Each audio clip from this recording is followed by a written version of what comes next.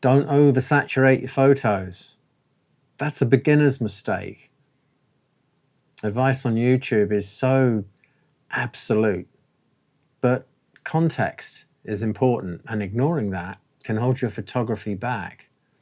In this video, I'm going to explain why sometimes it is good to go a little heavy-handed with the saturation slider when you're editing your photos.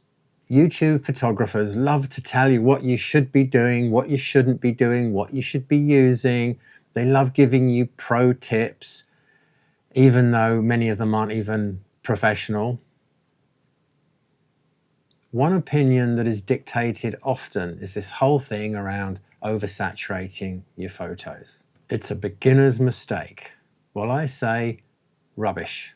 The thing is, all of these people telling you something, they're just sharing opinions.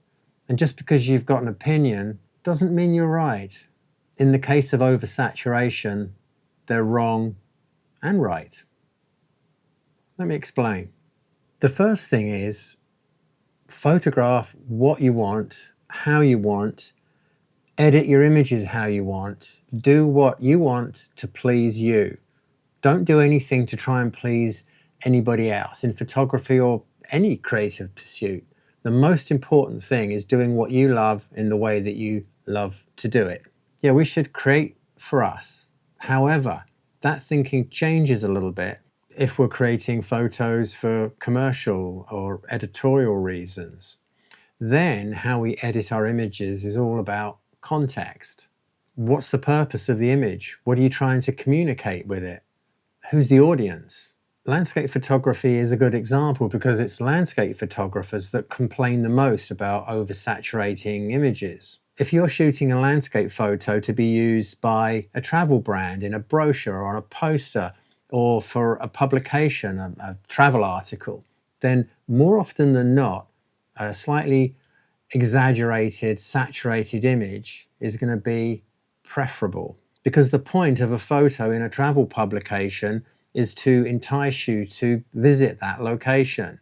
Nobody wants to visit a location if you're looking at a gloomy, dull, monochromatic image. The job of the photo is to entice, inspire, and evoke desire, particularly if it's for a cover of a brochure or a magazine or a poster. Yes, it's an idealized version of the scene, but that's its purpose, to communicate a version of reality that's aspirational.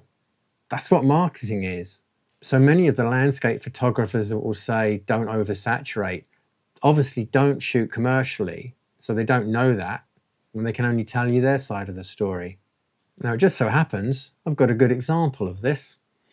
Back in 2011, I was sent to Prague to shoot a series of travel photos for an online publication. One of the best images that I delivered to the client was this one, and they actually loved it. They used it across a double-page spread. They loved it so much. It was light, bright, cheerful, and very appealing, just what the travel industry expect. But ask a fine art landscape photographer with no commercial experience what they think of this image, and they'll say it was over-processed and is too saturated. Here's the raw file of this image.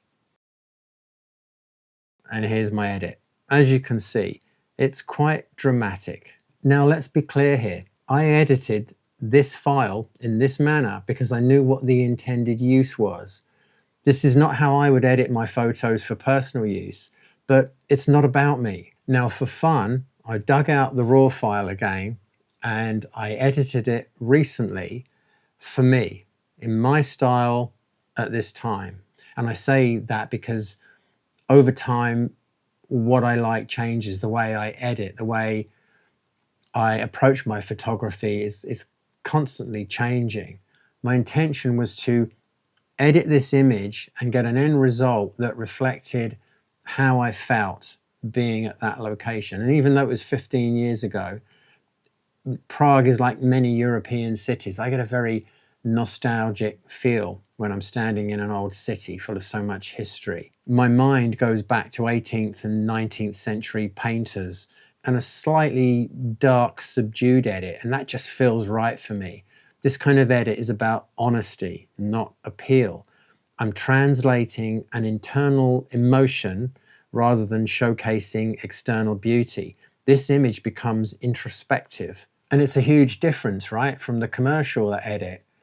This version would barely stand a chance commercially in the travel industry. It's just way too dark and gloomy, but I love it. There's a video linked at the end of this one that talks about photographing based on feeling rather than looks. So give it a watch.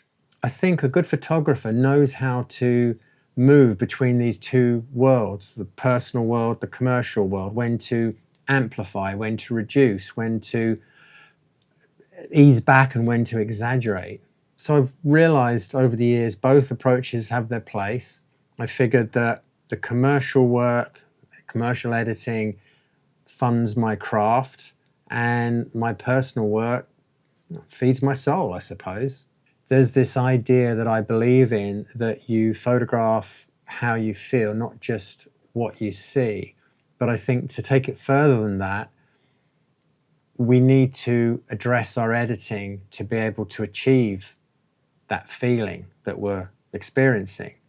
Image editing is a huge part of the photography process, and I sometimes think that people don't understand that. I know I've heard people say, oh, I get it 95% right in camera. I don't believe in editing. Photography is what you do out in the field in the camera. I don't agree. I don't buy that. I think editing is far more important than people think it is. But hey, that's just my opinion. The bottom line here is photograph in a way that makes you happy, unless it's for some commercial use, when at that point you need to address who the target audience is and edit to that audience.